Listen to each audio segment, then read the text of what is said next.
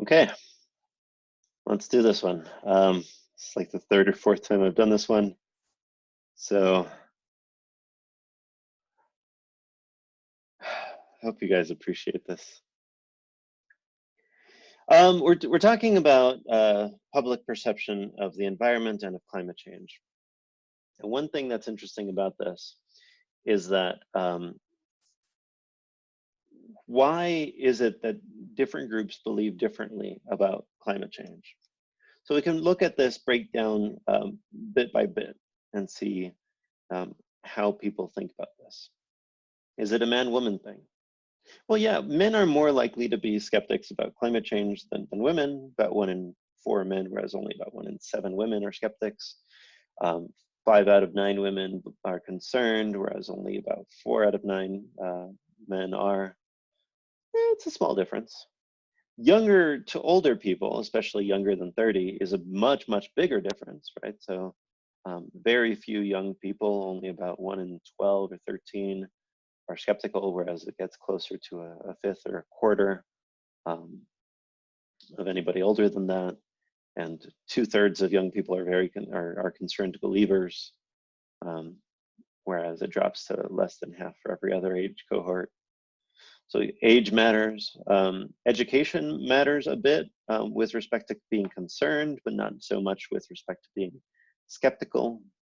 So the more educated you are, 3 out of 5 people with postgraduate degrees are concerned, whereas 2 out of 5 people without college degrees are concerned. White versus non-white, that seems to track the distribution of age. And that kind of makes sense. The average white person in this country is a couple of decades older than the average non-white person in this country, which is to say that there are more young non-white people than there are young white people, or there's more old white people than there are non-white old people. So it's hard to disentangle racial issues from age issues here. Political affiliation, this is where it gets big. 7 out of 9 Democrats are very concerned, are concerned believers, and none, or at least no significant a number of them responded that they were skeptic. So when you compare that to the majority of Republicans being skeptical of climate change, and only about 1 in 6 being concerned, this is the biggest divide. It might even be bigger than the liberal conservative divide, although they're pretty comparable in scope. So political affiliation and ideology seems to matter, and it matters the most. And in fact, climate change is the area in which there is most disagreement between the political parties. Next to that is healthcare, and it's pretty far down the list, right? So 1 in 5 Republicans think that healthcare is extremely important, whereas it's about 1 in 12 with respect to climate change. Democrats think that both are pretty important, although they prioritize healthcare just a little bit more. When you go down this list, inequality, race relations, education, guns, LGBT issues, foreign affairs, infrastructure, trade, and taxes, Democrats care more about these issues than Republicans. Republicans have an edge with respect to the deficit, immigration, terrorism, and abortion. But even there, it's only with terrorism and abortion that they care more about an issue than Democrats care about even their least important issue, differential of taxes, right? So Republicans care more about those issues, but Democrats still care a little bit. Whereas when it comes to climate change, LGBT, and race relations, I think Republicans really don't seem to think of those as extremely important issues. That said, issue importance seems to only matter to the party that is not in power, or at least it matters more to them. each election year, you see that the party out of power really cares about the issues, and the party in power doesn't seem to. It's especially true for education, or sorry, for deficit, but it's also true for healthcare. Okay. How did this happen? How did we get here? And is there hope? Do we think that we can do anything? About a third of Americans think that there is some hope. A quarter think that there is not, and the rest aren't sure. How did we get to this point where we have little confidence in the ability of our elected officials to address this, and in fact, little confidence in even the facts of the matter, depending on your political party? So I'm going to show you a couple of charts and some information here to just try to pin down when this divide started happening. This is cross-party voting from the 40s when Truman was in office, moving forward, and it doesn't matter which political party is which, but as you can see, it gets to the point where they tend to not agree about anything at all. By 2011, which is when the study was last able to publish or last analyze this cohort, it seemed that Democrats and Republicans didn't agree on almost anything at all, whereas in the 40s there was quite a bit of overlap. You can see it in terms of voting on issues, right? It almost is like a cell dividing, right? It's almost as if it's just more and more polarized. And I think it starts happening in the 90s, which is interesting. So, when you look at the rating of how conservative versus how liberal the parties have been over the previous couple of decades, going all the way back to the Great Depression, you see that there were quite a bit of, left-leaning members of Congress. I don't want to say Democrats because there were liberal Republicans at the time as well, and there were some conservatives. But little by little, you get this influx of more and more conservative and more liberal members, to the point that when you look at the House in 2012, on the Republican side, there's almost nobody left that was just the farmer labor conservative of the Eisenhower age. There still are some center-left Democrats, but I think the left had been coming into the Democratic Party going all the way back into the 50s. So something happened. Quite a bit of things happened. We talked about the Civil Rights Act. We talked about, I guess we will talk about Ronald Reagan in the last third of this class, and Richard Nixon, who I think are largely responsible for some of this polarization, and Newt Gingrich in 1994 as well. So, okay. I thought it might be interesting to see how people talked about climate change and the environment, starting with presidential elections going back into the 80s. Now, one of the things that's interesting here, this is before Jim Hansen testifies in front of Congress, although this is after the Montreal Protocol, which sought to ban CFCs. Okay, so Dukakis versus Bush. Dukakis sought to eliminate CFCs and increase stricter testing, was in favor of energy conservation and efficiency and renewables. sought international solutions. Bush declared himself the environmental president when he was running for election the first time. He wanted to encourage industry to figure out what they wanted to do to address climate issues. And he was also a fan of nuclear power. He did say that he wanted to take a leadership role internationally with respect to global warming, but also wanted to promote oil drilling at the same time. By 1992, when Bush is running for re-election, of course, he had won in 1988, he abandoned the idea of being an environmental president altogether. He was in favor of drilling in the Alaska National Wildlife Reserve, strip mining coal and forests, dulling the Clean Air Act, and against the Endangered Species Act. Clinton and Al Gore were running in office at the time. Al Gore is somebody to pay attention to here because he has famously prioritized environment as his top issue. He studied environment in college, and he was particularly concerned about global warming well before anybody else was.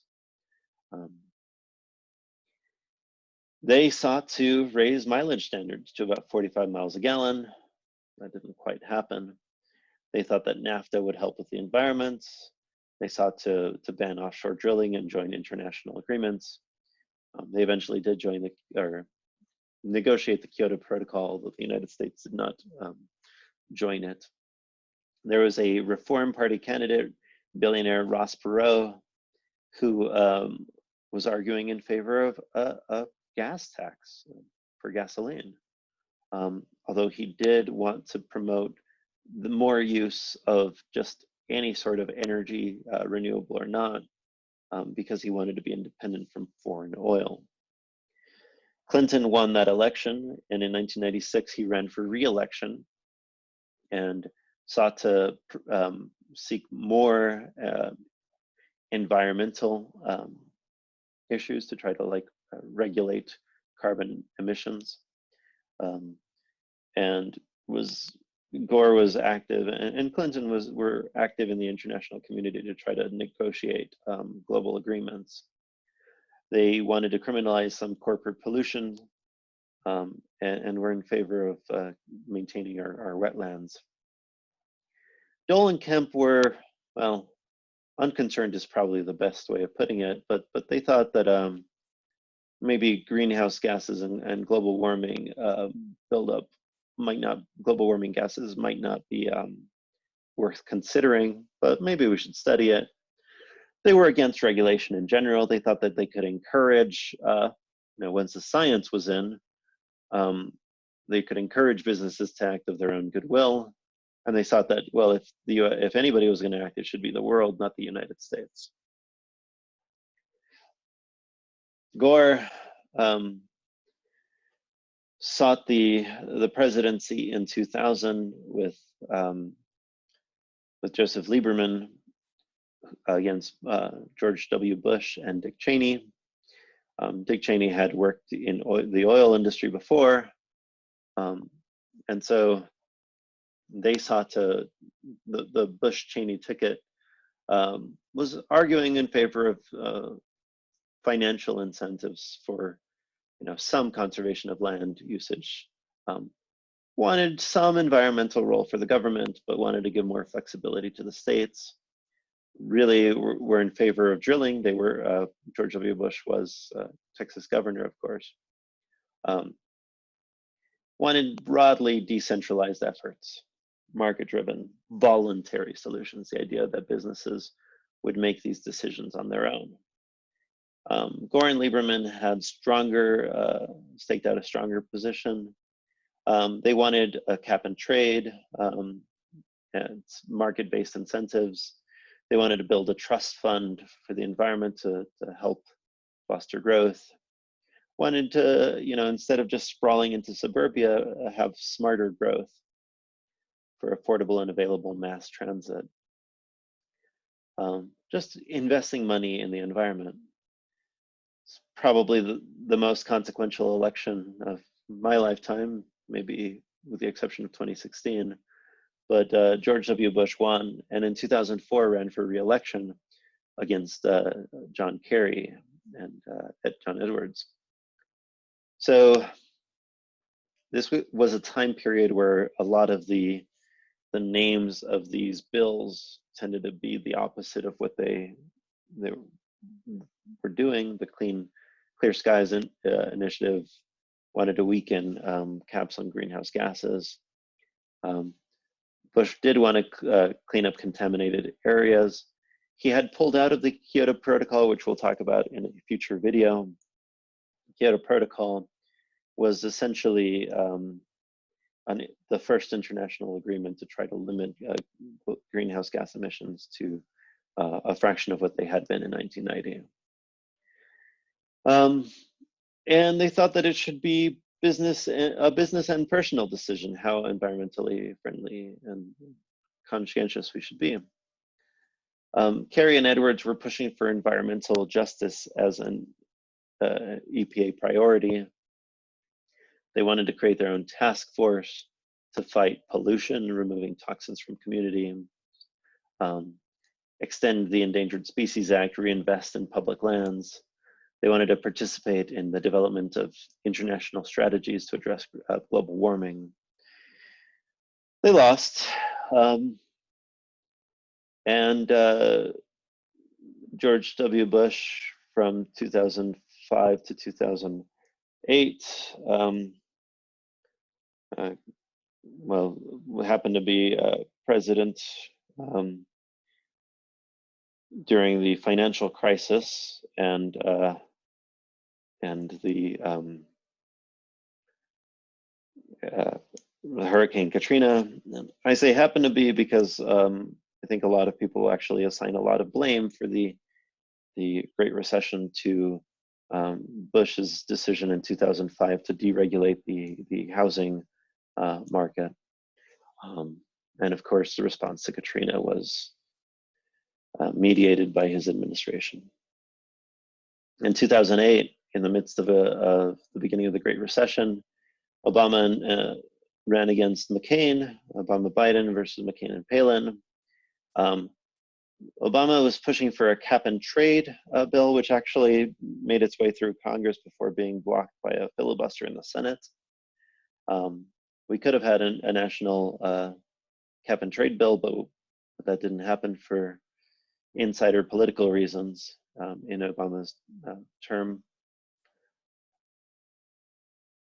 He wanted to ban offshore drilling and supported giving some subsidies to renewable energy corporations, which actually became a big controversy in the rise of the Tea Party.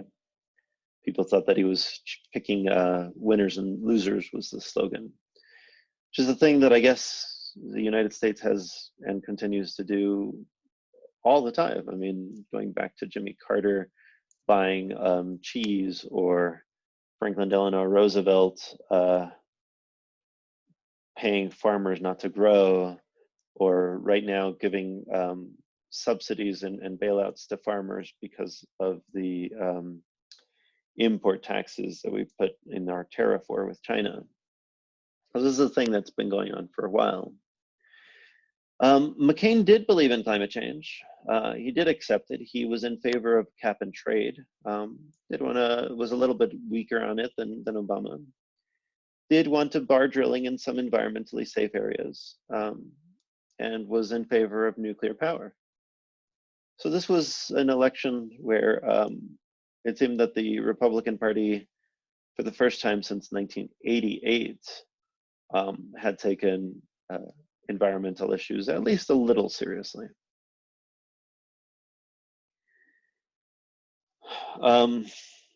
I didn't say this before, but I think part of the reason that it got polarized, honestly, was that Al Gore ran for president in 2000.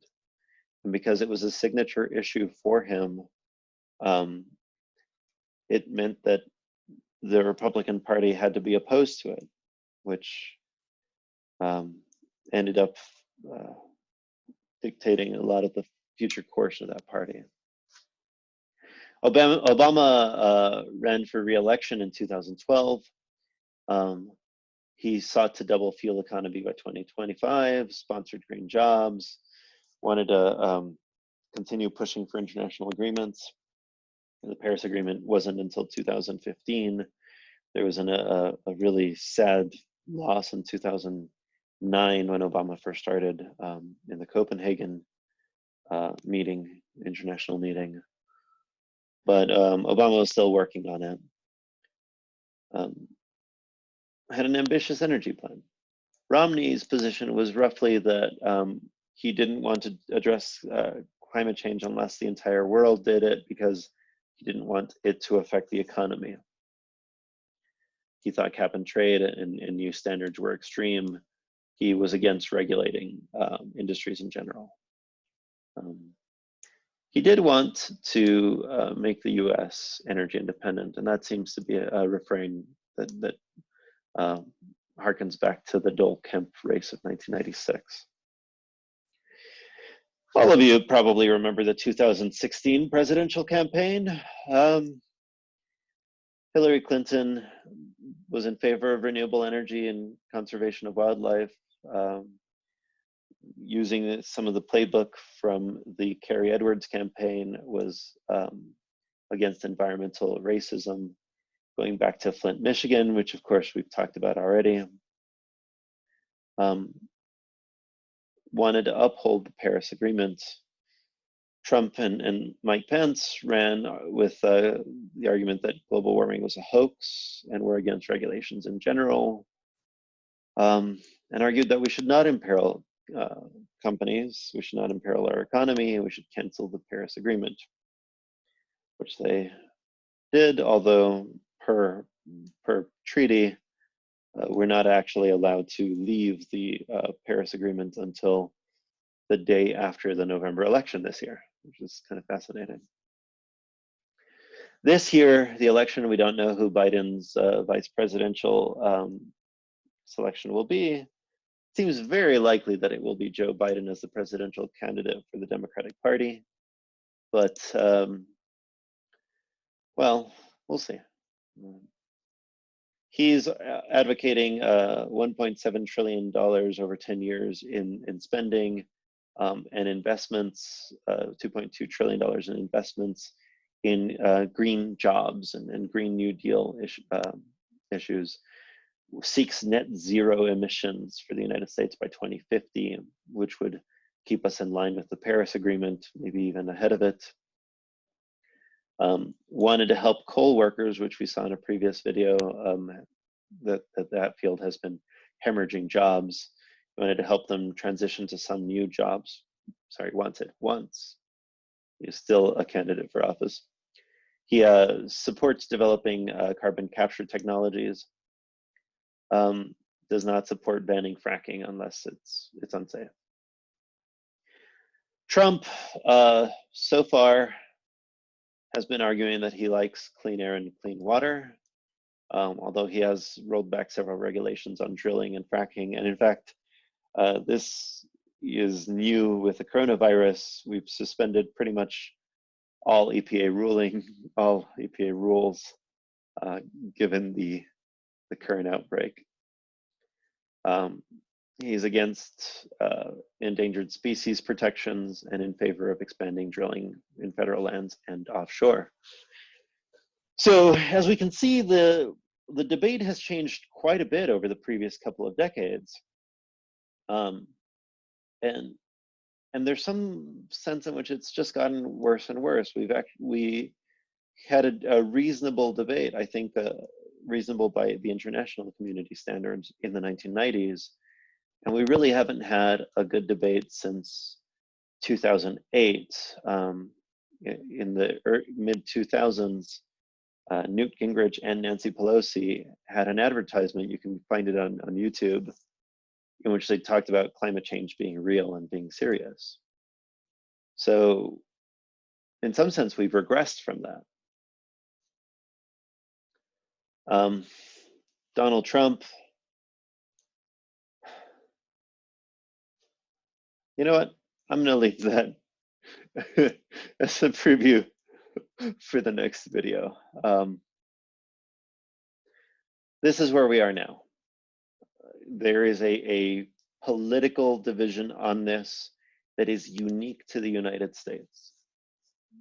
the Republican Party is unique in the world as being against climate change, or at least thinking of it as a hoax or unreal.